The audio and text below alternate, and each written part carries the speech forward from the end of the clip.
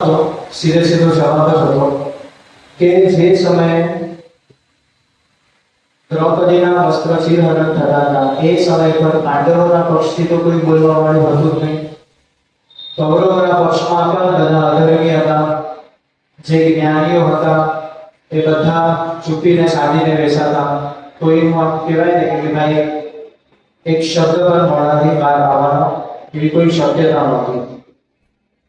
તો એ સમય પર એક એવા વ્યક્તિ હતા, એક એવા યોદ્ધા હતા જે કૌરવોના પક્ષથી ઉભા થઈને પાંડવોના પક્ષની વાત કરી અને એમને પક્ષ દીધો.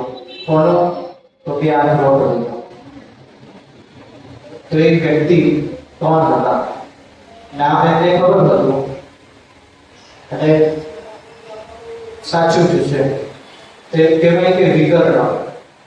જે સમય પર દ્રૌપદીએ પ્રશ્ન પૂછ્યો હતો, એક જ પ્રશ્ન હતો, જે પ્રશ્નનો જવાબ આખી સભામાં કોઈ વ્યક્તિ આપવા માટે તૈયાર જ નહોતો. કદાચ જવાબ તૈયાર હશે મગજમાં, તે છતાં પણ કદાચ આપણે બધાએ સાંભળ્યું છે ને કે ભાઈ જે સમય પર ભીષ્મ પિતામહ બાણશૈયા પર હોય છે અને એ સમય પર કૃષ્ણ, પાંડવ અને દ્રૌપદી અહીંયા ભીષ્મ પિતામહને પગે લાગવા આવ્યો છે અને એ સમય પર ભીષ્મ મોટી જ્ઞાનની વાત કરે છે અને દ્રૌપદી માત્ર એવું કહે છે કે આ જ્ઞાન તમારું એ દિવસે ક્યાં દીધું?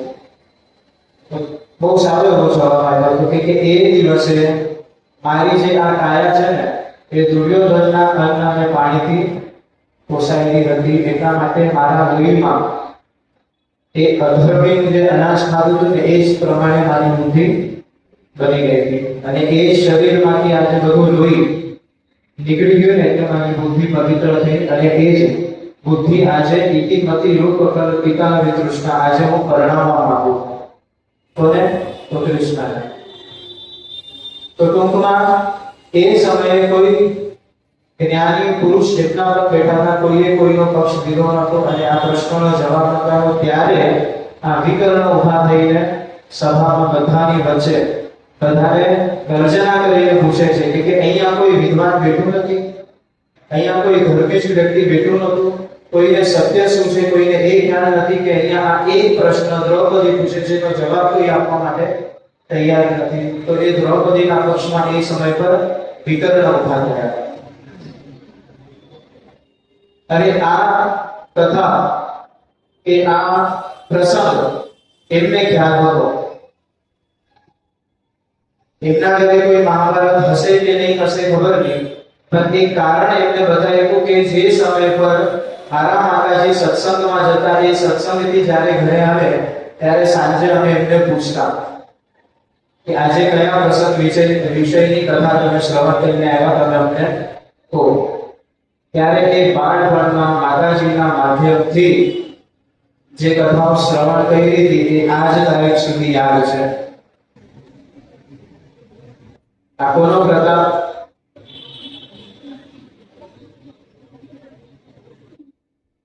ભગવાન. એ જ ઈશ્વરના માધ્યમથી કોઈક એક સારો કુળ અને પરિવાર મળ્યો. એ સારા પરિવારમાં જન્મ થયો તો સારી વસ્તુ અગર જો આપણને મળી છે ને તો એ ભોગવવા માટે મળી, વેડવવા માટે નહીં. તો એ જે માના સારા સંસ્કાર હતા એ કથાઓથી શ્રવણ કર્યા એટલા માટે થઈને આજે એ બધી વસ્તુ એમને યાદ છે. એ ધારો તો બહાર ક્રિકેટ રમવા જઈ શકત, ગેલી દંડા રમવા જઈ શકત, ઇત્યાદિ ઇત્યાદિ ઘણી એવી વસ્તુઓ હતી કે કથા ના સાંભળવા માટેના બહાનો બનાવ્યા અને એનું મુખ્ય કારણ તો સત્સંગ. જે સત્સંગમાં એમના માતા પિતા જતા. હું વારંવાર મારી બધી જ કથાઓમાં એવું કહું છું, સત્સંગ ખૂબ જ જરૂરી છે. જે તે સમય પર અગર કદાચ જો અહીંયા કોઈ વક્તા નથી આવતા, દાખલા તરીકે અહીંયા હું 5:30 વાગે આવું છું અને 5 વાગે મેં તેના દાદાને ફોન કરી કીધું કે ભાઈ હું કાલે નહીં આવું કે હું હમણાં નથી આવવાનો, તો એ અડધો કલાકમાં કોઈ બીજા બ્રાહ્મણની વ્યવસ્થા થશે નહીં થાય. તો એ દિવસે તમે કરશો શું? અહીંયા ભજન જે કરેલા છે એ જે સાંભળેલા છે એ એના જગ્યા પર અગર જો આ સત્સંગ કરવામાં આવ્યો, સત્સંગના અંતર્ગત ભજન તો હોય જ છે, પણ ભજન જ નથી હોતા. ઘણી એવી કથાઓ છે, તમે આટલા વર્ષોથી આવો છો, એ વર્ષોમાં કેટલાય કથાકારો આવીને ગયા, કોઈકની કોઈ એક વાત તો યાદ રહી હશે, એ વાત ઉપાડીને એકબીજા સાથે સત્સંગ કરો, તો એ એક વાતમાંથી બે ઉત્પન્ન થશે, બેમાંથી ત્રણ ઉત્પન્ન થશે, તો એ વસ્તુ આપણને યાદ રહેશે કાયમ. દાખલા તરીકે કોઈક બે વ્યક્તિ છે, એ બંને વ્યક્તિઓએ નક્કી કર્યું કે ભાઈ તારા પાસે પણ રૂપિયો છે અને મારા પાસે પણ રૂપિયો છે, આપણે એ રૂપિયાને અરસપરસ એકબીજાને એક્સચેન્જ કરીએ. મારો રૂપિયો મેં ઓલાને આપ્યો અને ઓલે મારો રૂપિયો મને આપ્યો. મારા પાસે કેટલા રહ્યા? ઓલા પાસે એક જ રૂપિયો. કઈ અર્થ થયો આનો? ખોટી મહેનત, નિષ્ફળ. ઓલો જ્યાં હતો એ પણ ત્યાં જ રહ્યો, હું જ્યાં હતો હું પણ અહીંયા જ રહ્યો. આ ભજન આ કામ કરે.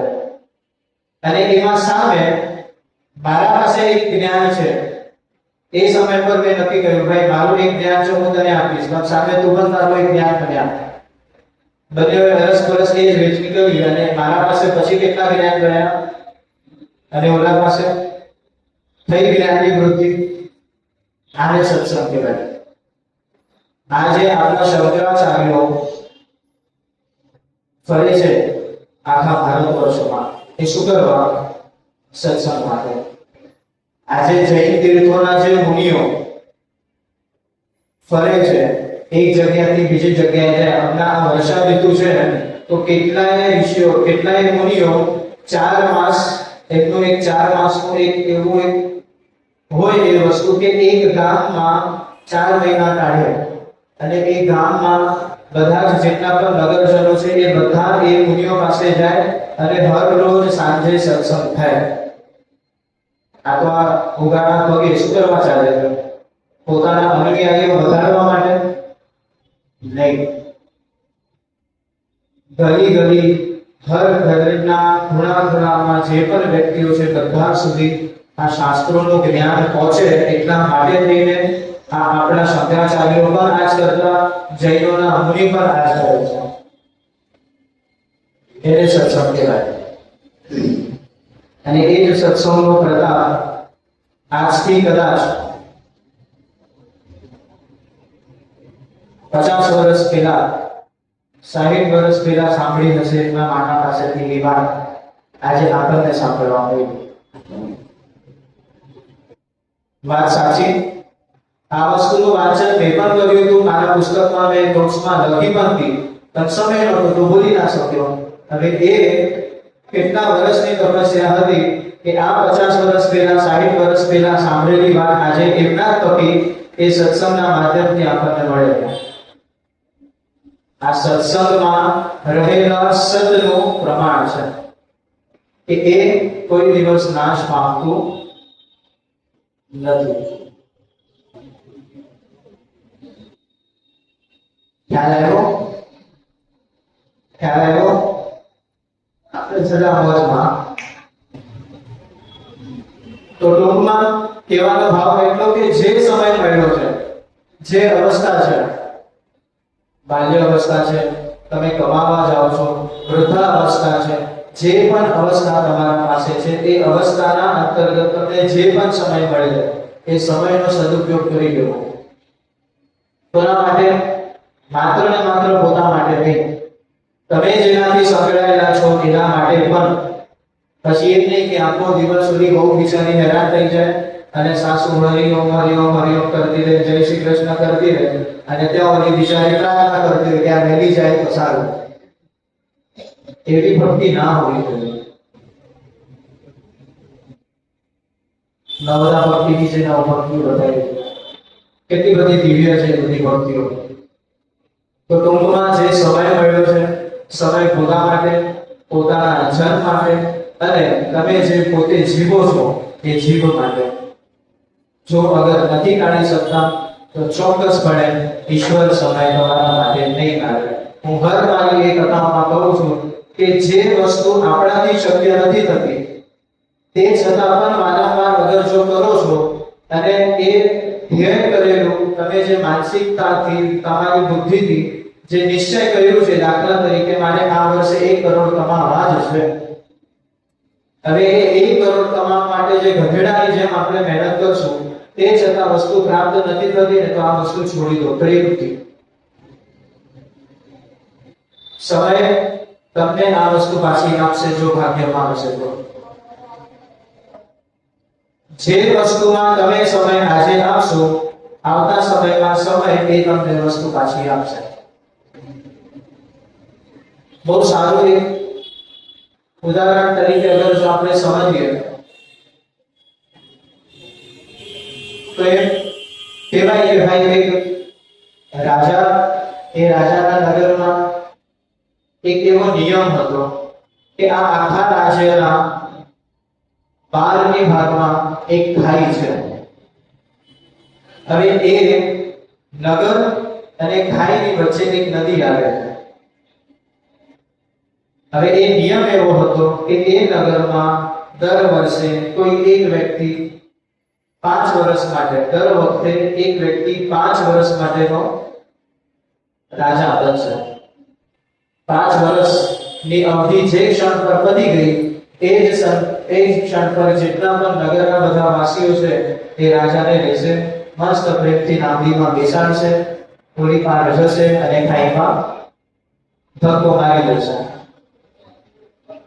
આ રાજ્યનો નિયમ. બન્યું એવું કે એક રાજા બન્યો, 5 વર્ષ પતી ગયા, એને ધક્કો મારવામાં આવ્યો. બીજો બન્યો, 5 વર્ષ બની ગયા, ધક્કો. ત્રીજો, એને પણ ધક્કો. પણ જે આ ચોથો આવે છે ને તો એ ચોથા મસ્ત 5 વર્ષ એને મન ભરીને રાજ કર્યું, ઘણી સંપત્તિ ઊભી કરી, જે બધા રાજા કરતા હોય છે એ બધી જ વસ્તુને કરી. 5 વર્ષ પતી ગયા. આ 5 વર્ષ પછી જે પણ ગામના જે જનો હતા એ બધાએ આને નાવકામાં બેસાડ્યું, નાવડીમાં બેસાડ્યું અને ઓલી ભાગ લઈ જાય. હવે ત્યારે આ નગરજનોએ રાજાને પ્રશ્ન પૂછ્યો કે ભાઈ એક પ્રશ્ન પૂછવા માંગુ છું. તો શું? તો કે આના પહેલા જેટલા પણ રાજા આવ્યા છે બધા રાજાને ખબર તો હતી જ કે એને ખાઈમાં ફેંકવામાં આવશે અને એનું મૃત્યુ થવાનું છે. એ બધા જ શોક કરતા હતા, વિલાપ કરતા હતા, રડતા હતા કે હાય મારો પૈસો, હાય મારી બાયડી, હાય મારા સંતાનો, બધું જ મારે મૂકીને જતું રહેવું પડશે અને હવે હું મૃત્યુના દ્વાર પર આવીને ઊભો થઈ ગયો છે. તો બધા જ રડતા હતા પણ તમે નથી રડતા. તો તમારા ના રડવાનું કારણ શું? શું લાગે છે? એ રાજાનું ના રડવાનું કારણ શું હોઈ શકે? અહીંયા કથા કરેલી છે. તો શું કહ્યું હતું એને? કે એ જે 5 વર્ષનું જે રાજ્ય હતું એ 5 વર્ષમાં બધા ખાઈમાં આખું નવું નગર બનાવી દીધું. એટલે થયું શું? બધું જ નગર બનાવ્યું, બધી સંપત્તિને ત્યાં મોકલી દીધી, બાયડી છોકરા બધાને ત્યાં મોકલી દીધા. હવે શું કરશે? એ ખાઈમાં જે નવું નગર બનાવ્યું છે એમાં રાજ કરશે જ્યાં સુધી જીવશે ત્યારે સુધી. આ શું કર્યું એને? બુદ્ધિ વાપરી અને બુદ્ધિના સાથે સાથે જે 5 વર્ષનો સમય હતો એ સમય વાપર્યો. આ જ રીતે આપણને પણ કળિયુગમાં 100-125 વર્ષનો સમય મળે છે. અત્યારે તો સમયની કોઈ નિશ્ચિતતા છે જ નહીં. 5 વર્ષમાં 10 વર્ષમાં બિચારા ઓગળી જાય છે. જે પણ કર્મના પ્રતાપે હશે, પણ મુખ્ય વૃત્તિ આપણે આજના સમયમાં 60 થી 80 તો ગણી જ શકીએ. એ જે 60 વર્ષ પડે છે આપણે એ જે નદીના પાર ઓલી જે ખાઈ હતી એ ખાઈ બીજું કાંઈ નહીં કે મૃત્યુનો દરવાજો હતો અને આપણે બધાએ ત્યાં જવાનું જ છે. તો ત્યાં માટે આપણે કઈ તૈયારી કરી?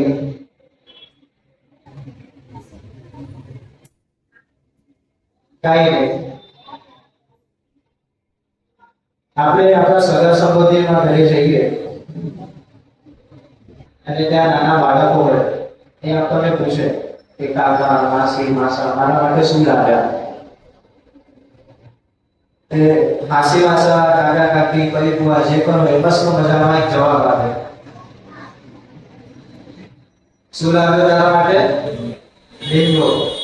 એક તો ભગવાન પૂછે, તમે ભગવાનને પૂછો કે ભાઈ હું કેટલું જમા કરીને લાવ્યો છું, મને જરા બતાવો તો શું લાવી છું હું નીચેથી ઉપર શું લઈને આવ્યો? ત્યારે ભગવાન કહે છે આ. એટલે કેવું ના બને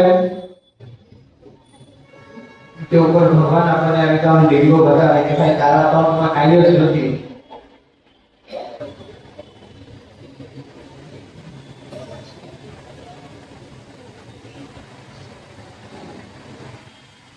એટલે ટૂંકમાં કહેવાનો ભાવ એટલો છે કે એક તો જીવન મળ્યું છે, બધાના જ જીવન સુધી બધું જ જ્ઞાન ના પહોંચી શકે, પણ જે પોતાનું જે અંતર જ્ઞાન છે એને તમે પ્રદીપ્ત ચોક્કસપણે કરી શકો છો. તો એ કઈ રીતે કરી શકો છો? તો ઈશ્વરની ભક્તિ. આપણને ઈશ્વરની ભક્તિ અઘરી લાગે છે કારણ કે આપણે એને અઘરી બનાવી છે, બાકી ઈશ્વરની ભક્તિ એટલી અઘરી નથી. અને એ અઘરી લાગવાનું કારણ પણ એ જ છે કે તમે 1 રૂપિયામાં લાખોનું સુખ અગર માગો તો એ યોગ્ય નથી. કોઈ એવો વેપારી બતાવો કે તમે એને 1 રૂપિયો આપશો અને 1 રૂપિયાના સામે આખા વર્ષનું અનાજ પાણી તમને ભરીને આપે, કોઈ જ નથી. તો તમે આટલી એવી ભક્તિ કરો અને આટલી ભક્તિમાં આટલું બધું માંગી લો એ યોગ્ય નથી. એટલા માટે થઈને આપણને એ અઘરું લાગે છે. અગર જો 10 રૂપિયાની મહેનત કરી છે અને 10 રૂપિયાના સામે 8 રૂપિયાનું કંઈક માંગી લેશો તમે, તો એ બે જે આપણા પાસે બચશે એનો સુખ પણ મળશે અને સાથે સાથે 8 રૂપિયાની જે વસ્તુ મળી ને એનો સુખ પણ મળશે. એટલે જેટલી ભક્તિ કરો છો એટલું માંગો, કાં તો જેટલું માંગવું છે જેટલું જોવે છે એટલી ભક્તિ કરો. પણ આપણે આ બેમાંથી કંઈ કરવી નથી.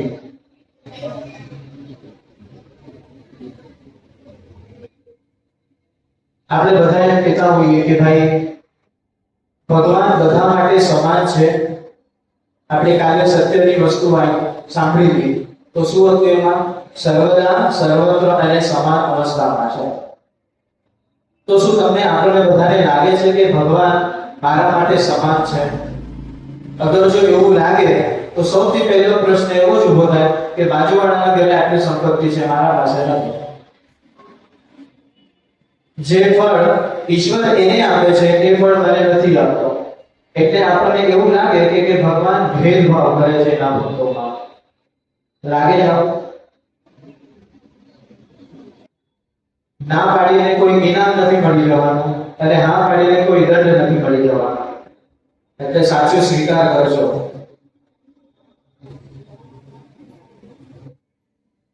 સાચી વાત ને દાદા? બધાને એવું લાગે છે કારણ કે તમે કળિયુગમાં રહો છો. સૂરજ છે એની ગરમી નથી તો એ વાત ખોટી, સૂરજ છે અને એનો પ્રકાશ નથી તો એ વાત ખોટી. પછી તમે આગ બંધ કરીને કહો કે ભાઈ સૂર્ય નથી તો તમે ખોટા. જગત તો જોવે જ છે. તો એ જ પ્રમાણે કળિયુગ છે અને તમે કહો કે ઈશાન દેશ ભાવ મારામાં છે જ નહીં, એ વાત પણ ખોટી. એમાં કોઈ દમ નહીં. કોને મૂર્ખ બનાવશો? જે આ બુદ્ધિ અંદર બેસીને બધી જ વસ્તુ એ કરે છે એને મૂર્ખ નહીં બનાવી શકશે ને.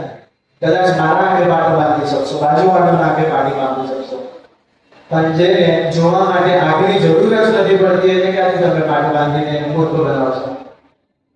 એટલે ટૂંકમાં બધાના મનમાં એવો ભાવ હોય જ, ક્યારેક ને ક્યારેક ભાવ આવી જાય કે ઓલાને વધારે મળે છે અને મને ઓછું મળે છે. અને એ વધારે મળવાનું કારણ પણ હોય અને ઓછું મળવાનું પણ કારણ હોય. શું કારણ હશે? હવે હાલો પાછા એક ઉદાહરણ તરીકે સમજીએ. એક પિતા છોકરાઓ માટે ચોકલેટો લઈ આવ્યો. એના 4 સંતાન.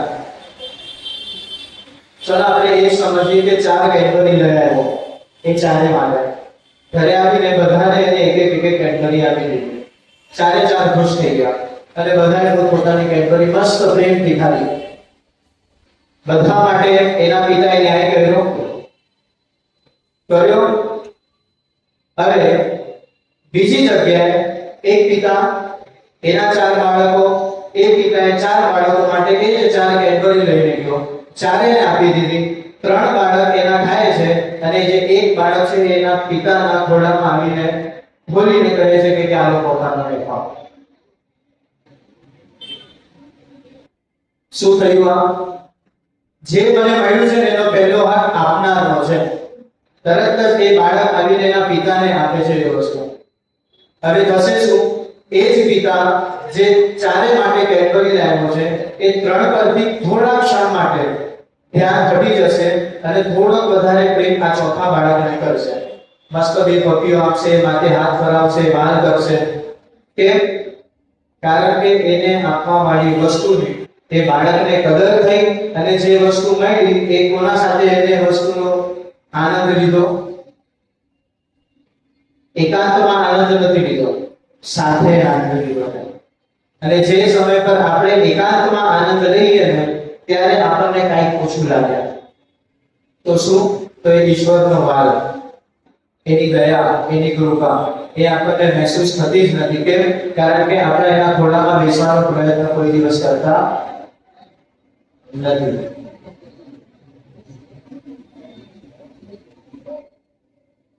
હર રોજ હું અહીંયા આવું છું.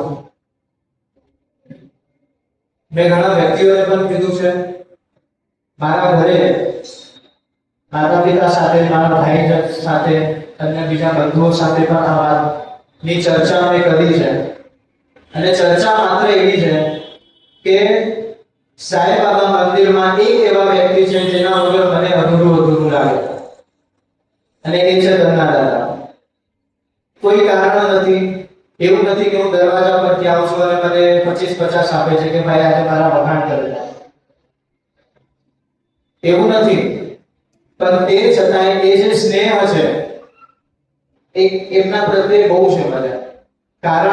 કારણ ગોતવા જઈશ તો પછી એ વસ્તુની મજા બગડી જશે. પણ મૂળ વાત મારી એ એવી છે કે એ વ્યક્તિ આજે બધાના મગજમાં તો હશે પણ સાથે સાથે બધાના હૃદયમાં પ્રવેશ કરી ચૂક્યા છે. મારા જેવા કેટલાય ભાવિ ભક્તો અહીંયા આવતા હશે, એ બધા ભક્તોના મનમાં પણ એ વ્યક્તિનું સ્થાન હશે, ચોક્કસપણે હશે. અહીંયા ભગવાનના દર્શન કર્યા બાદ જ્યારે આમ પાછા જઈને અગર જો એ વ્યક્તિ ના દેખાય ને તો પ્રશ્ન ચોક્કસપણે અમુક એવા વ્યક્તિઓ છે જે વોચમેનોને કે કોઈ અન્ય વ્યક્તિને પૂછશે કે ભાઈ કાકા ક્યાં છે? આ શું છે? ભગવાનની કૃપા. આપણે અમુક વ્યક્તિઓ સાથે જબરદસ્તી ના છૂટકે પરાણે રહીને આવા ભાવ ઉત્પન્ન કરાવવા પડે કે ભાઈ હું તારા માટે છું, હું આમ છું, થોડીક તો લાગણી રાખ તારા માટે. તોય એ વ્યક્તિ આપણા પ્રત્યે લાગણી રાખે નહીં. અને અહીંયા આ એક વ્યક્તિ છે, માત્ર હસીને કેમ છો, શું છે, બધા ઘરે મજામાં એટલું કહીને અહીંયા બધાના મન મોહી લે છે. આને કહેવાય ભગવાનની કૃપા. અહીંયા કઈ મંદિર માટે કામ નથી કરતા, જેટલા રૂપિયા મળતા હશે એનાથી વધારે મહેનત કરે છે. કોના માટે? ભગવાન માટે. તો એ નહીં આપે? ચોક્કસપણે આપશે. તો એ જ રીતે તમે મારા ઘરના બધા વડીલો છો, મને એક દાખલો બતાવો કે ભેગું કરીને કોઈ પાસે વધ્યું હોય છે, એક દાખલો એવો. અને બીજો દાખલો બતાવો કે વાપરીને કોઈ પાસે ખૂટ્યું હોય છે, તો બતાવો. મોબાઈલ પર આવીને તમારું રેકોર્ડિંગ કરીશ. તો ટૂંકમાં કોઈ પણ એવો સમય કે કોઈ પણ એવા પ્રસંગો ભૂતકાળમાં બન્યા જ નથી કે કોઈ મહાદાનવીર હોય અને એને પૈસાનું દાન કર્યું અને એના પૈસે લક્ષ્મી તૂટી ગઈ હોય.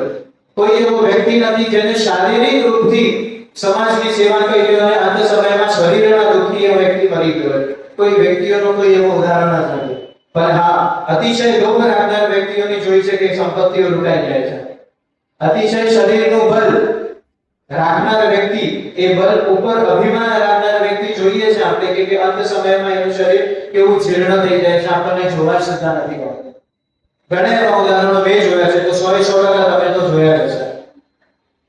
એટલે એ જે વૃત્તિ છે, જે વૃત્તિના આધારથી આપણે વિચારીએ છીએ કે ભેગું કરી લઈશ તો હું ભોગવી શકીશ, પણ ભેગું કરનાર નહીં પણ ભોગવનાર ભાગ્યશાળી.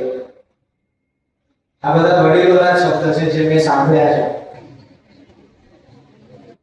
અને લક્ષ્મી એની ત્રણ જ અવસ્થા છે.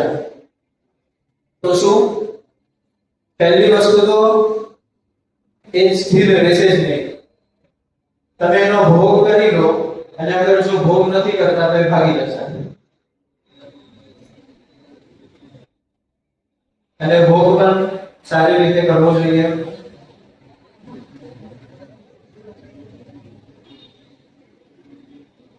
આપણે ઘણી બધી વાતો કરવી છે મહાભારત છે, પણ આજે મૂળ અલગ છે. અલગ બધી વાતો કરશું. ટૂંકમાં કહેવાનો ભાવ એટલો છે, કાલે મેં વર્ણોની વાત કરી હતી અને એ જ ગીતામાં પણ આ વર્ણ વ્યવસ્થા આવે છે, જે બ્રાહ્મણ, ક્ષત્રિય, વૈશ્ય અને શૂદ્ર વર્ણ છે. હમણાં લક્ષ્મીની વાત નીકળીને એટલે યાદ આવ્યો છે કે ઘણી એવી કથાઓમાં આવે છે, સત્યનારાયણની જ કથા લઈ લો ને, કે એક ગરીબ બ્રાહ્મણ. અગર જો આર્થિક રૂપથી કીધું હોય કે ગરીબ છે તો એ માન્ય છે કે હોઈ શકે છે, પણ વસ્તુ તમે બહુ સરળ રૂપથી સમજાવી દઉં છું. આ બધા જે વેદના જે 6 અંગો છે એમાંથી અલગ અલગ અંગોમાં બધી વસ્તુઓ લખાયેલી છે. બહુ સરળ રૂપથી સમજી જઈએ કે બ્રાહ્મણ તો એ બ્રાહ્મણના સામે સરસ્વતી આવે, ક્ષત્રિય તો એના સામે કાળી આવે, અને વૈશ્ય તો એના સામે લક્ષ્મી આવે, અને શૂદ્ર આ ત્રણેયની સેવા કરનાર છે. શૂદ્ર આ ત્રણેયને સહાયક બને છે. કેમ? બ્રાહ્મણને સરસ્વતીનું ઉપાર્જન કરવા માટે, એની પ્રાપ્તિ કરવા માટે શૂદ્રની જરૂર પડશે. જે વ્યક્તિઓ પાસે સંપત્તિ હોય, એમના ઘરે દિવસ રાત કામવાળી કામ કરતી હોય, તો ઓલી તો હજી જે મેક્ષા હોય, 7 વાગે બ્રાહ્મણ આવવાના છે, ઊંચી નીચી થઈ ગઈ હોય, માંડ તો એની આગ ખોઈ ગઈ હોય 7 વાગે, અને એ સૌથી પહેલા શું કહેશે? એની જે બાઈ છે કે જે પણ રાખ્યું છે એને કહેશે, ભાઈ સાફ સફાઈ કરી દે. કે બ્રાહ્મણ આવે છે, કોની જરૂર પડી? આ જે શૂદ્ર છે ને એ સહાયક વર્ણ છે. આ ત્રણેય વર્ણો ને જો એક મદદરૂપથી થાય છે, જે સહાય કરે છે, તો એ આ શૂદ્ર. જો શૂદ્ર ન હોય તો ત્રણેય વર્ણ પોતપોતાની વસ્તુ જે પ્રાપ્ત કરવી છે ને પ્રાપ્ત ના કરી શકે. ક્ષત્રિયોમાં પણ એ જ કીધું છે કે ક્ષત્રિયો માટે થઈને જે અસ્ત્ર શસ્ત્ર એ બધી વસ્તુ અહીંયાથી ત્યાં લઈ જવા વાળા, ઘોડાનું ધ્યાન રાખવા વાળા, હાથીઓનું ધ્યાન રાખવા વાળા કોણ? તો આ શૂદ્ર. અને વૈશ્યમાં પણ એ કોઈ કરિયાણાની દુકાનમાં જતા રહો, ઓલો શેઠ હશે મસ્ત રૂપિયા નાખીને બેઠો હશે અને પાછળ 2 વ્યક્તિ કામ કરતો હશે. એનો જેટલો પણ સામાન ઘોડીઓ આવે છે ટ્રકમાંથી જે ઉપાડે છે એ કોણ છે? જો આ શૂદ્ર વર્ણ ના હોય તો આ ત્રણ વર્ણ અપંગ થઈ જાય. પણ આપણે લોકોનું જ સાંભળવું છે અને લોકોને બોલવું શું છે જે મૂર્ખો લોકો સાંભળે છે. શબ્દ તીખા હોઈ શકે, હવે મરચા સાથે હું મધ આપી જઈશ તો તમને તીખાશ તો લાગવાની જ છે. એના કરતા ભલે તીખું લાગે પણ વાત સાચી છે. કેટલાય વાળા મિત્રો છે જે પાલતુના પોડકાસ્ટોમાંથી અમુક વસ્તુઓ મને મોકલે છે કે ભાઈ શનિએ વાળ કાપવા અને ના કાપવા, મુરારી બાપુએ કીધું કે કાપી શકો, ઓલાએ કીધું કે કાપી શકો, તો કાપવામાં શું વાંધો છે? પણ તમે શાસ્ત્રને જોવો, એમાં શું લખ્યું છે, એના પાછળના કારણો શું છે. અમુક દિવસોએ, અમુક તિથિઓએ વાળ શુક્રમાં ના કાપવા જોઈએ, કારણ કે એ તિથિઓમાં, એ દિવસોમાં એ ગ્રહોનો પ્રકાશ એટલો આવતો હોય અને એ પ્રકાશ આપણા માટે સારો નથી. વાળ કાપો તો પ્રકાશને મસ્તકના અંદર પેનિટ્રેટ થતા એટલે કે ઘૂસવા માટેની વધારે જગ્યા મળે, દાઢી કરાવી દો તો એ જ પ્રકાશને અને એ દિવસના એ તિથિના દિવસનો જે વાયુ છે એ વાયુને તમારા શરીરમાં પ્રવેશ કરવા માટે વધારે જગ્યા મળે છે. કેટલાય આવા બધા કારણો છે અને એ કારણોના લાગતા પાછા આપણે બેક ટુ ટોપિક આવીએ. અથવા મહાભારત.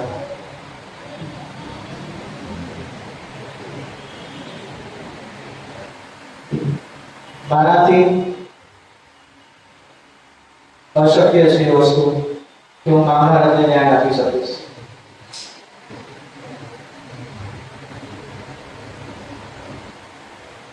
એટલો વિશાળ ગ્રંથ છે કે એની કોઈ સીમા નથી. ખરેખર જો તમારા સંતાનો પાસે ભગવાને સંપત્તિ આપી હોય ને તો આ ગ્રંથ ચોક્કસ કરે બસાવો. ચોક્કસપણે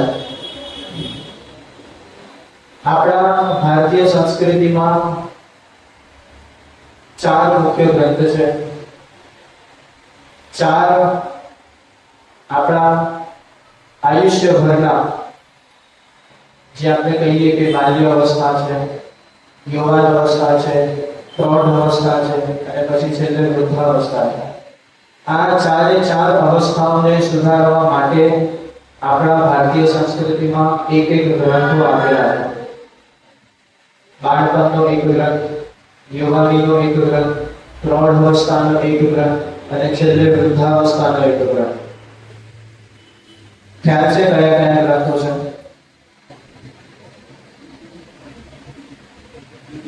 ખ્યાલ છે?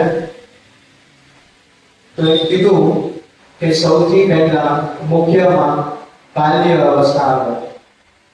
ચલો ને ગેસ કરો, એક અનુમાન લગાડો કે બાલ્ય અવસ્થાનો ગ્રંથ કયો હોઈ શકે. ચલો ઓપ્શન આપો. ભાગવત, ભગવદ ગીતા, રામાયણ કે મહાભારત? કોણ બોલ્યું? પોતા. બાલ્ય અવસ્થાનો મહાભારત ગ્રંથ બતાવ્યો હતો. એમને યહૂદીઓ બધા ધોળાઓ આવીને મહાભારત ગ્રંથ વિશે જેવું તો બોલ્યા ને લખ્યા નથી. મુખ્ય રૂપથી એ લોકોનું કારણ જ હતું કે ભારતીય સંસ્કૃતિનો પાયો તૂટી જાય અને જો પાયો જ નહીં રહેશે ને તો પછી ઉપરની 3 અવસ્થા આપણી બગડવાની છે. આ મહાભારત ગ્રંથ બાલ્ય અવસ્થાનો છે અને આ ગ્રંથમાં માત્ર ને માત્ર અગર જો શીખડાવ્યું હોય તો શું શીખડાવ્યું છે? તો શું ના કરવું જોઈએ. જેટલી પણ બધી વસ્તુ એ લોકોએ કરી છે એમાંથી આપણે કાંઈ કરવાની નથી. સારું અને ખરાબ વચ્ચે ઓળખ જો અગર આપણને મળે છે ને તો એ આ મહાભારત ગ્રંથથી મળે છે. આપણે બાળપણમાં માસીના ઘરે રોકાવા જઈએ, મામાના ઘરે જઈએ એટલે મમ્મી આપણને એક ચેતવણી આપે કે જોજે બેટા ત્યાં જઈને મસ્તી નહીં કરતો. મસ્ત સ્કૂલમાંથી ભણીને આવ્યો હોય, સાવકાર શેઠની જે માલિકા આપણે આવીને બેગ ફેંકી દઈએ. એ પણ ફેંકી છે, તમે પણ ફેંકી હશે. એટલે ત્યાં એક શિખામણ મળે કે ના બેટા આવું ના કરાય. ગુસ્સો આવ્યો એટલે પુસ્તકને પર લાત મારી દેવાની. મેં પણ કર્યું છે, બધાએ જ કર્યું હશે. ત્યારે શિખામણો મળે કે ના બેટા આવું ના કરવું જોઈએ. થાળીમાં અનાજ માંગી રાખ્યું છે, ના બેટા આવું ના કરવું જોઈએ.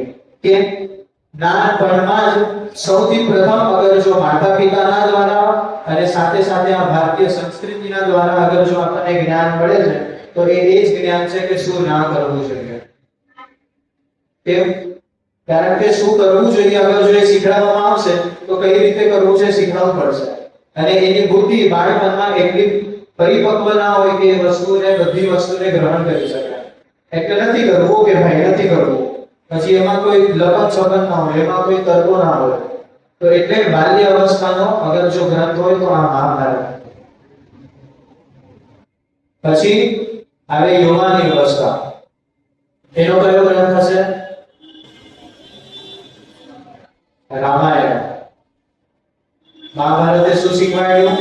શું ના કરવું જોઈએ. રામાયણ શું શીખવાડે છે? શું કરવું જોઈએ.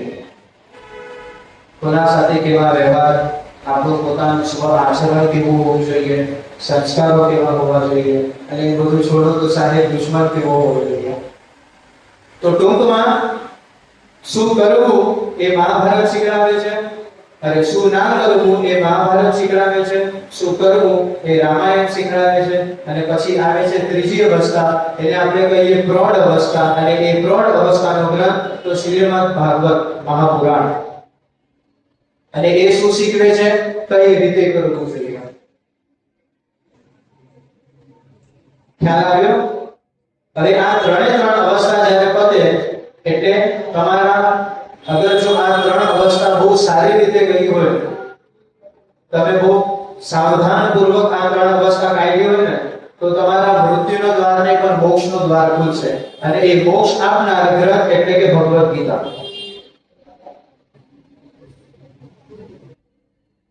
શું ના કરવું, શું કરવું, કઈ રીતે કરવું, અને આ કઈ રીતે કરવું એના માટે અમુક નિયમો હોવા જોઈએ. તો એ નિયમ એટલે કોના આધારે કરવું, તો ભગવદ ગીતાના આધારે કરવું. એ ભગવદ ગીતા એ આપણા ભારતીય સંસ્કૃતિનો એક નિયમ છે, અનુશાસન છે. આપણે જેને રૂલ્સ એન્ડ રેગ્યુલેશન કહીએ ને આજના તારીખમાં, સ્કૂલમાં જેવું છે તો બાળક આમ શર્ટ ઇન કરીને જશે તો સારું લાગશે, આમ કોલર ઊભી કરીને રૂપના જેમ જશે શોભાયમાન નહીં થશે. અને એ નિયમ વિરુદ્ધ છે, નિયમ વિરુદ્ધ કાર્ય કરશે એટલે 100% એને દંડ મળવાનો છે. મળશે? બસ એ દંડ મળવાનો જે સમય છે એ આ છેલ્લી અવસ્થાઓ છે. કેમ મોં દુખી, કેમ મોં દુખી, તો પાછળ જઈને આપણે ત્રણ અવસ્થાઓ જેવી ગઈ છે, આપણે જેવી પસાર કરી છે એ જોવાની, અને પછી વિચારવાનું. મેં તે દિવસે મહિપતસિંહ ચૌહાણ વિશે ઘણું બધું કીધું હતું. વડોદરાના જે બાપુ છે, 1500 બાળકોને રાખે છે, 400 જેવા વૃદ્ધોને રાખે છે, 200-250 જેવા વિકલાંગોને રાખે છે. સ્પષ્ટ વક્તા છે. એ કોઈ વૃદ્ધને પણ લાવશે, અગર જો એ દુખી છે ને તો મોઢા પર કહી દેશે, તે કોઈ એવા કર્મ કર્યા હશે એટલે તું અહીં આવી છે. હું તને રાખીશ પણ પોતાના જાતને તું જોજે, અને એ જ કર્મ પાછું કરીને મળતી નહીં. ચોખ્ખું 80 વર્ષોની સ્ત્રીઓને એ આવા શબ્દો કહે છે. તો શું એ વ્યક્તિ ખરાબ થઈ ગયો? એ આપણા જ સારા માટે કરે છે. જે સમયે માતા પિતા એક પુત્રને બાળપણમાં બધી જ વસ્તુ કહેતા અને ટોકતા, એ જ સમયે એ જ રીતે એક બાળક પણ વૃદ્ધાવસ્થામાં એના માતા પિતાને ટોકી શકે અગર એ મોટો હતો. એમાં માતા પિતા પણ આવી ગયા અને સાસુ સસરા પણ આવી ગયા, અને અહીંયા ચાવી લટકાઈ દીધી એટલે હું સાચી એવું ના હોય.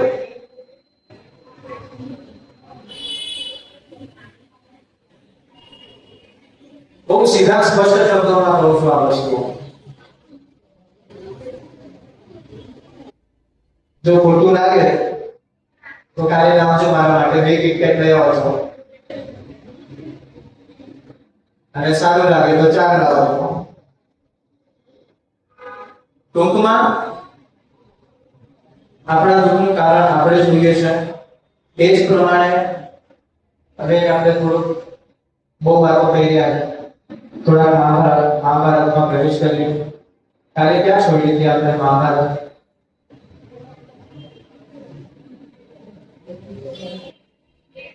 દ્રૌપદીનું શિરહરણ થઈ ગયું હતું, અને એના પછી ધૃતરાષ્ટ્ર, અને એ ધૃતરાષ્ટ્રના સાથે સાથે વિદુરનો સંવાદ જોયો હતો. વિદુરે પ્રશ્ન પૂછ્યો કે તમારા મન મુજબ બધી જ વસ્તુ હવે થઈ ચૂકી છે.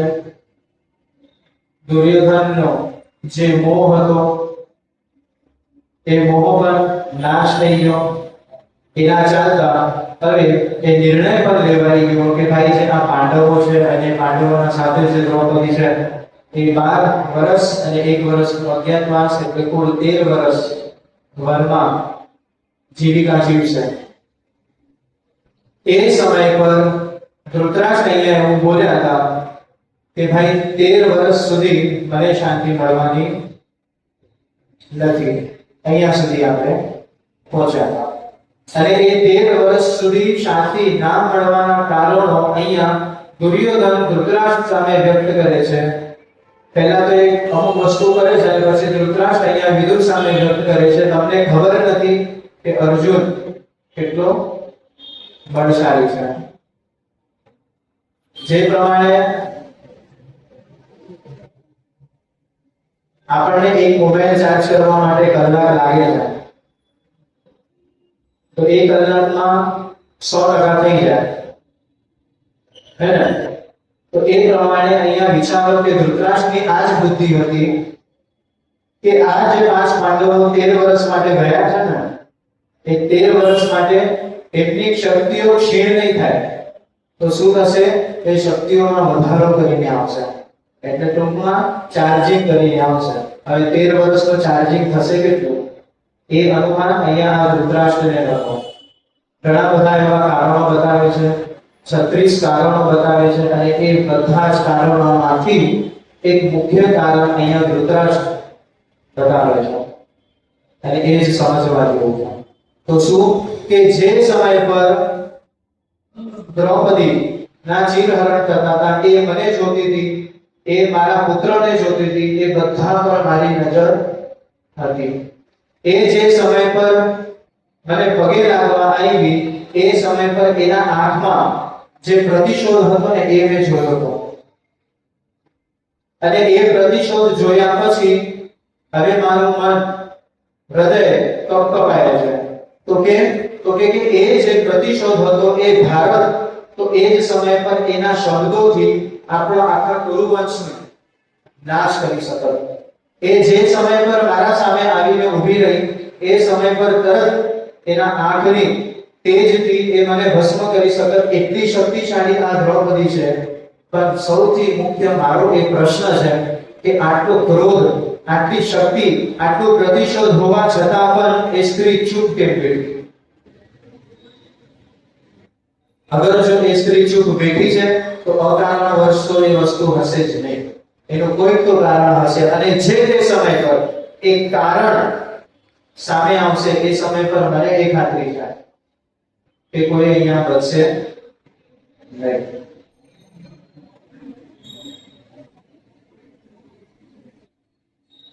વનવાસે જતા રહે છે. ઘણી બધી લાંબી કથા છે પણ મારે મુખ્ય રૂપથી અહીંયા એ પર્વમાં પ્રવેશ કરવો છે કે જે પર્વમાં અહીંયા યુદ્ધ પ્રારંભ થાય છે. આપણે બધા ભગવદ ગીતા ના જે 700 શ્લોક શ્રવણ કરીએ છીએ એ 700 શ્લોક અહીંયા આ મહાભારતના અંદર ભીષ્મ પર્વના અંદર આવે છે. જે સમય પર એ શ્રીમદ એ ભીષ્મ પર્વના અંદર હજી એક પર્વ આવે છે તો એનું નામ છે શ્રીમદ ભગવદ ગીતા પર્વ. અને એ પર્વના અંદર બધા જ આ 18 અધ્યાયો છે એઝ ઇટ ઇઝ. પહેલા મને એવું લાગ્યું હતું કે કદાચ અમુક શ્લોકો ઉપાડીને વ્યાસજીએ આ આખા 700 શ્લોકોની રચના કરી. પછી જેમ જેમ આગળ વધતો ગયો એમ ખ્યાલ આવી ગયો કે કોઈ વસ્તુ કે કોઈ પ્રસંગને અહીંયા તોડવામાં નથી આવી વ્યાસજીના માધ્યમથી. આ 18 અધ્યાય આખા એઝ ઇટ ઇઝ મહાભારતમાં તમને એક પછી એક જે શ્લોક ગીતામાં જોઈએ છે એ જ વસ્તુ આમાં મળશે. શ્રીમદ ભગવદ ગીતા પર્વ એના અંદર શું થયું થોડુંક વિવરણ છે અને એ વિવરણના પછી પહેલો બીજો ત્રીજો ચોથો 18 અધ્યાય આપેલા છે. પણ એ શ્રીમદ ભગવદ ગીતા પર્વ પ્રારંભ થાય છે એના પહેલા અહીંયા યુદ્ધની શરૂઆત થાય છે અને જે સમય પર યુદ્ધની શરૂઆત થાય છે એના પૂર્વના અમુક દિવસ કાં તો પૂર્વના જ દિવસમાં અહીંયા 3 જણનો સંવાદ બતાવ્યો છે. તો કોણ? વ્યાસજી, ધૃતરાષ્ટ્ર અને સાથે સાથે સંજય.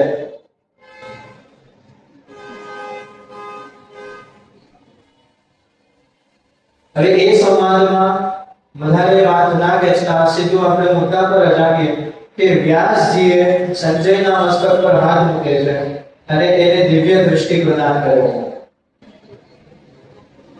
આ સંજયે જે બધી લાઈવ ટેલિકાસ્ટ કર્યું એ કોઈ પોતાના ખિસ્સામાંથી વાત નહોતી કાઢી. પોતાના મનમાં જે મસ્તી મજા આવી એ પ્રમાણે એને કોઈ શબ્દો કીધા નથી. અહીંયા આ વ્યાસજીએ અહીંયા આ સંજયને એ દિવ્ય દૃષ્ટિ આપી. હવે આ દિવ્ય દૃષ્ટિ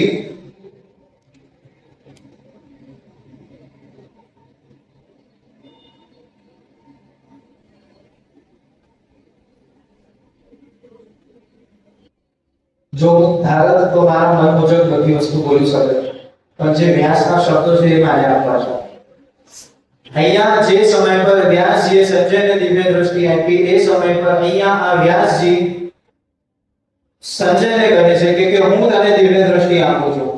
જોજો વ્યક્તિ બંને પક્ષોમાં કેટલું ન્યાય કરી શકે. આ વ્યાસજીની વાત છે કે એક પક્ષથી ધૃતરાષ્ટ્રને અહીંયા એમ કહે છે કે તમે તમારા વંશનું નાશ થતા જોઈ નહીં શકો. હું તો કહું છું કે તમે સાંભળી પણ નહીં શકો. એક એક શબ્દ જે તમને સંજય કહેશે એ બધા જ શબ્દો તમને બાણ સ્વરૂપ લાગશે. ત્યાં યોદ્ધા તો પછી મરશે, પણ પેલા એક એક બાણથી મૃત્યુ અહીંયા ધૃતરાષ્ટ્ર તમારી થશે. કેમ? કારણ કે તમે એવા કર્મો કર્યા છે અને તમને આ બધી વસ્તુ સાંભળવી જ પડશે. એના માટે થઈને અહીંયા સાથે સાથે સંજયને પણ દિવ્ય દૃષ્ટિ આપી.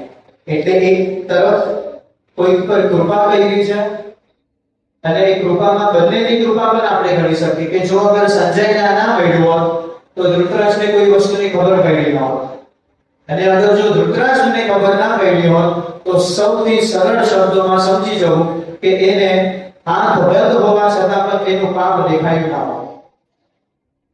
અહીંયા જે શબ્દો અહીંયા સંજય કહે છે ને એ જ વસ્તુ સામે પ્રદર્શિત કરે છે કે આ મારા પાપો છે. આ બંધ પટ્ટી અહીંયા આ ધૃતરાષ્ટ્ર જે આંખ નથી, ચક્ષુ નથી, તે છતાં પણ આજના સમયમાં એ અહીંયા બધા જ પોતાના પાપ જોઈ શકે છે. પુણ્ય તો વ્યક્તિ કર્યા નહીં, કોઈને કરવા દીધા નહીં, તો દેખાય શું સામે? એ પાપ. પણ ભગવાનની કૃપા આ બધી વસ્તુઓ જ્યારે હું વાંચું છું ત્યારે જ આ બધી વસ્તુઓ મગજમાં આવે છે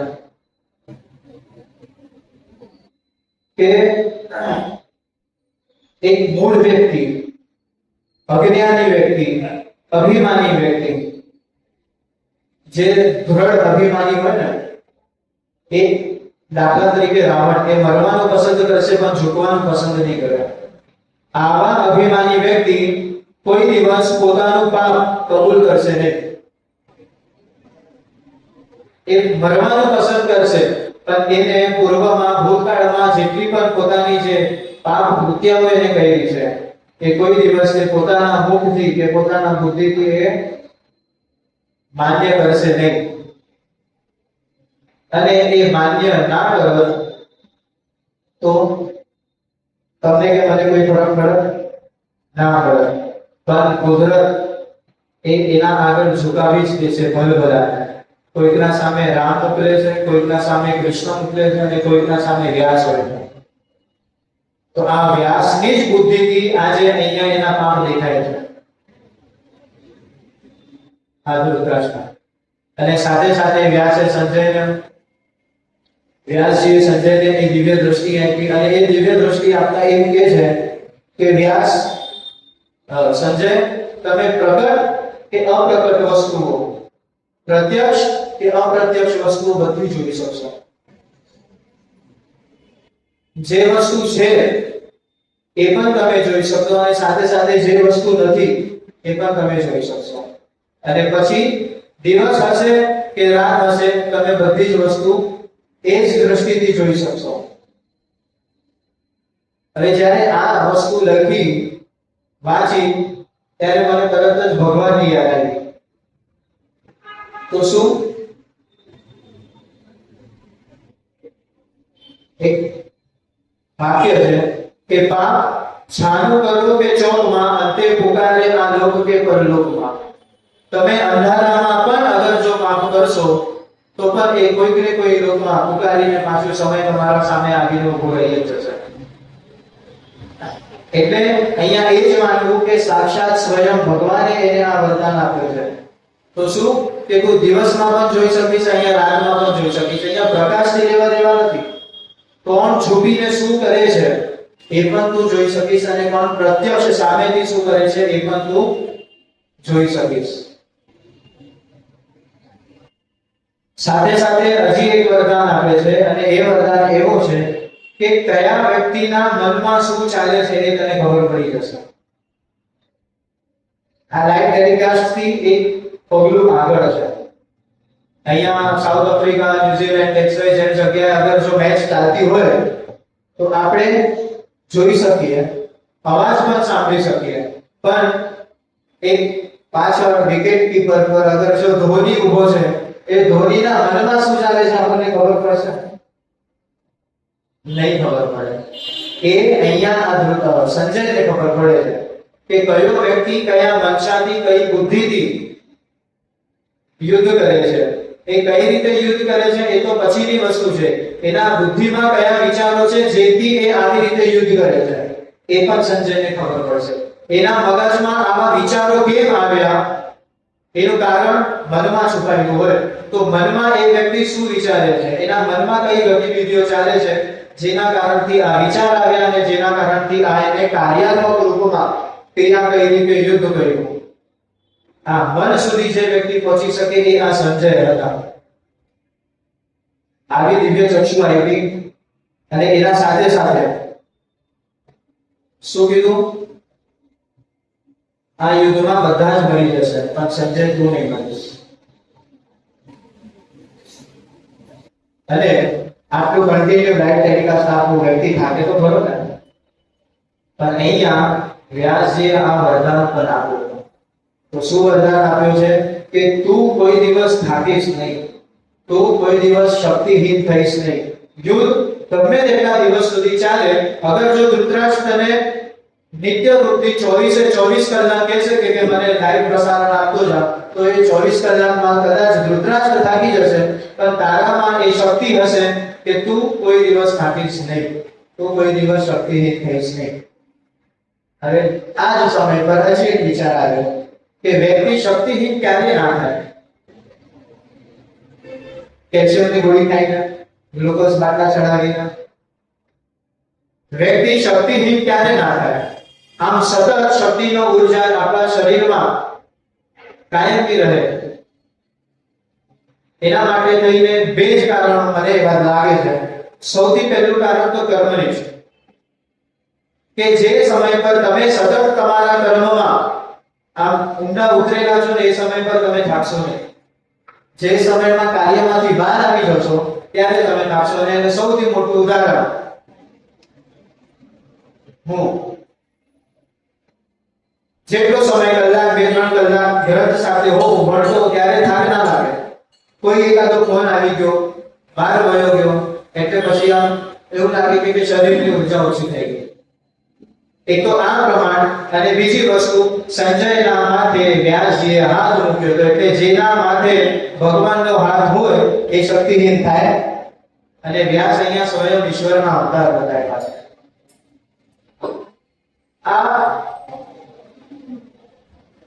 ડાયરેક્ટ કે ઇનડાયરેક્ટ ફોર્મમાં અહીંયા વ્યાસજી આપણને ઘણી બધી વસ્તુઓ કહે છે, ઘણી બધી વસ્તુઓ આપણે સમજી નથી શકતા.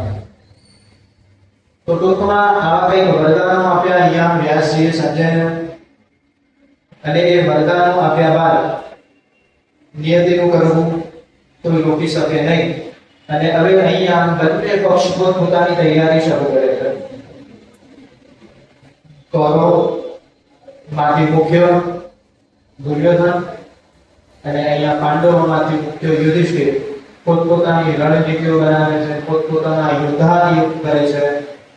કોણ કઈ રીતે ઊભું રહેશે, કોણ ક્યાં ઊભું રહેશે, કયા દિશામાંથી કોણ ક્યાંથી રક્ષા કરશે, શું કરશે, બધી જ વસ્તુઓ બધા જ રાજાઓના નામ આપ્યા છે કે કયા રાજાના મુખ્ય સેનાના કયા રાજા હતા, કયા કયા રાજાઓના અંડરમાં બીજા કયા અન્ય યોદ્ધાઓ હતા, એ બધી જ વસ્તુ આપી છે. તો શ્રવણ કરવી છે.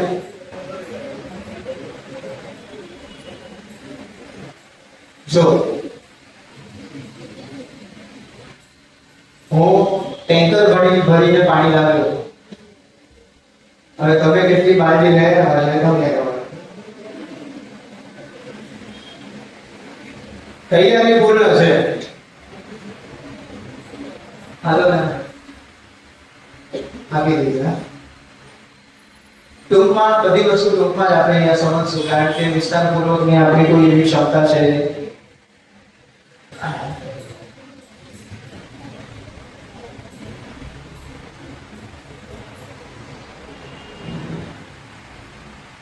સૌથી પહેલા અહીંયા આ ગ્રંથમાં યુધિષ્ઠિર એટલે કે પાંડવ પક્ષોએ કઈ રીતે પોતપોતાની સેના તૈયાર કરી, કયા કયા રાજાઓએ કરી, આ એટલી સૂક્ષ્મમાં છે ને કે સતત જો એક દિવસ આપણો એક દિવસ એટલે કલાક, પણ વક્તાનો એક દિવસ એટલે 3, 3.5, 4 કલાક, સતત 3-4 કલાક અગર હું લઉં શાંતિથી, ત્યારે જઈને ક્યાંક માંડ આપણે યુધિષ્ઠિરે કઈ રીતના પોતાના સેનાને તૈયાર કરી હતી એ બધી વસ્તુ આપણે અંશભર સમજી શકશું. કારણ કે એટલા બધા રાજાઓનું નામ છે. ચેદી રાજા, કાશી, દુષ્ટકેતુ, આ બધા રાજાઓને સૌથી પહેલા એ તૈયાર કરે છે. કેમ? કારણ કે એ રાજા યોદ્ધાઓને તૈયાર કરી શકે. જે પ્રમાણે એક આચાર્ય પોતાના શિષ્યોને તૈયાર કરે, કેમ?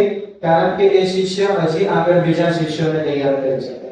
તો એ જ પ્રમાણે અહીંયા આ યુધિષ્ઠિર અમુક રાજાઓની નિયુક્તિ કરે છે. એ રાજાઓ સાથે બેઠક કર્યા બાદ અહીંયા આ રાજાઓને આજ્ઞા આપે છે કે સૌપ્રથમ તમે પ્રસ્થાન કરો. તો ક્યાં? તો કે તમે તમારા સૈનિકો, યોદ્ધાઓ, રથીઓ, જેટલા પણ મહારથીઓ છે બધાની નિયુક્તિ કરો અને એની તૈયારી તમે કરો. અમુક રાજાઓને અસ્ત્ર શસ્ત્ર ને એ બધા માટે ભેગા તો કરવા, કેમ ખાલી ચાકુ ને તલવાર લઈને જવું એટલે નાનો તો યુદ્ધ નહોતો. તો એ અસ્ત્ર અને શસ્ત્ર તૈયાર કરવા માટે અમુક રાજાઓની નિયુક્તિ કરી. આ જે 7 અક્ષયોની સેના છે એ અક્ષયોની સેનાને તૈયાર કરવા માટે, એ અક્ષયોની સેનાના ભોજનની વ્યવસ્થા કરવા માટે અહીંયા રાજાઓની નિયુક્તિ કરવામાં આવી છે. એ બધા નિયુક્તિ કર્યા બાદ હવે અહીંયા સૌથી પહેલા સેનાઓની ટુકડી બનાવવામાં આવે છે. તો સૌથી જે મુખ્ય પ્રથમ સેના છે, અહીંયા જોજો યુધિષ્ઠિરની બુદ્ધિ જોજો, અગર જો ત્યાં સુધી પહોંચશું તો આપણને ખબર પડશે કે સૌપ્રથમ અહીંયા ધૃષ્ટદ્યુમ્ન, અભિમન્યુ અને દ્રૌપદીના 5 સંતાનો, આ સંતાનોને ભેગા કરીને પહેલી ટુકડી બનાવવામાં આવે છે, પહેલી સેના બનાવવામાં આવે છે. પછી બીજી સેના જે બનાવવામાં આવે છે એમાં ભીમસેન, સત્યકી અને મુખ્ય રૂપથી અર્જુન હોય છે. એ જ પ્રમાણે ત્રીજી સેના બનાવવામાં આવે છે, એમાં પણ બીજા બધા હોય છે. હવે બન્યું એવું કે આ બધી જ સેના બનાવી દીધી. હવે આ બધી જ સેના બનાવીને એ લોકોએ આરંભ કર્યો. યુદ્ધ માટે અહીંયા નીકળે છે. હવે વ્યક્તિની બુદ્ધિ જોડો. આપણે તો શું યુદ્ધ કરી શકીએ? બેનો યુદ્ધ કરે તો એકબીજાના વાળ ખેંચે, બે ગાળો આપે. ભાઈઓ યુદ્ધ કરે તો બે લાફા મારે, ફાઈટ મારે, હાથ મારે. એથી વિશેષ તો કઈ નહીં. 2-3 વ્યક્તિઓ સાચવવા માટે આવી જશે એટલે આપણે આમ કરીને ઘર ભેગા. પણ અહીંયા યુદ્ધમાં યુધિષ્ઠિરની બુદ્ધિ જોજો. આ 3 સેના એને બનાવી, 3 સેના એક સાથે લઈને નીકળે છે. રણ મેદાનમાં પહોંચવા પહેલા ચાલતા ચાલતા આ 3 સેનાને વેર વિખેર કરી દીધી અને આ 3 સેનાને વેર વિખેર કર્યા બાદ એક નવી સેના ઊભી કરી. તો કે કહેવાય છે સામેવાળા પક્ષને ભ્રમિત કરવા માટે.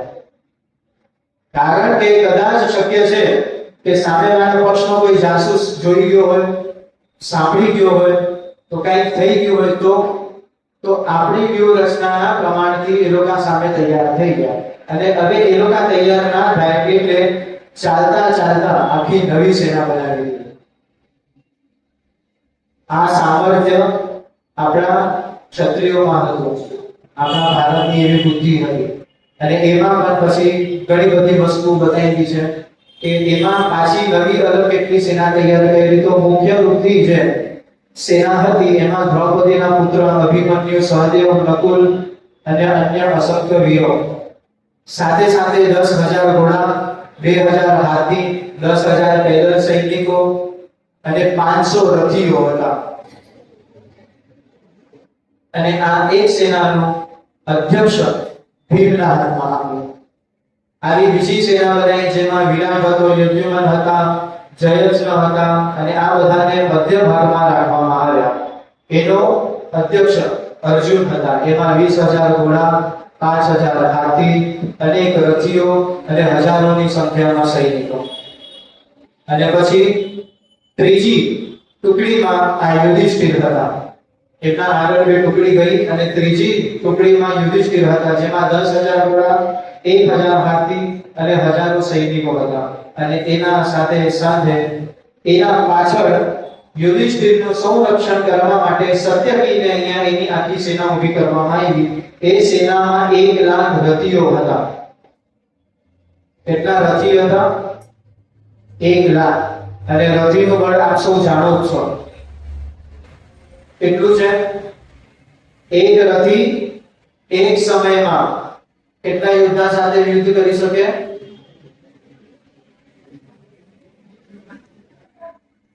5,000 વ્યક્તિઓ સાથે. વિચારો, આવા 1,00,000 રથીઓ યુધિષ્ઠિરની પાછળ રક્ષા કરવાની સેનામાં હતા.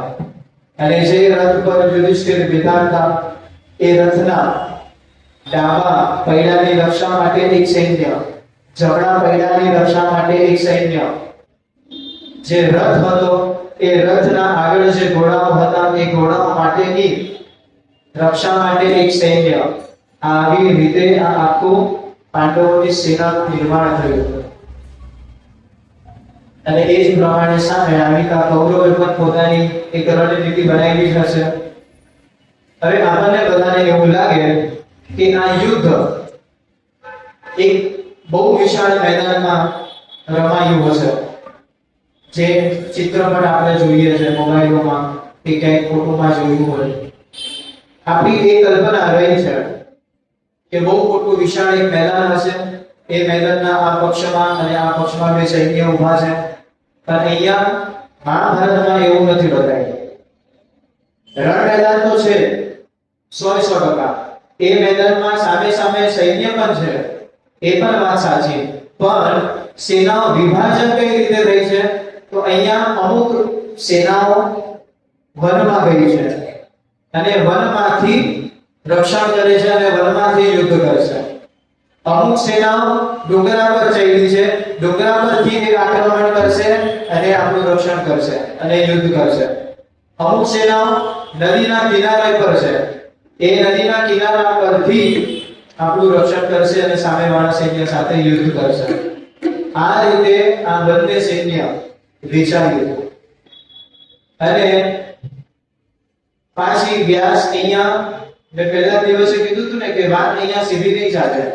A C E D પાછી B આ જ પ્રમાણે અહીંયા બતાવ્યું છે. કોઈ વસ્તુ સીધી બતાવી નથી. તો અહીંયા બે પક્ષ નીકળી ગયા. એના પછી હવે અહીંયા વૈશંપાયનને જન્મેજય પૂછે છે કે આ બંને પક્ષ યુદ્ધ કરવા નીકળ્યા તો ખરા, પણ યુદ્ધના નિયમો શું હતા? કયા નિયમોના આધારથી આ બંને પક્ષ યુદ્ધ લડવાના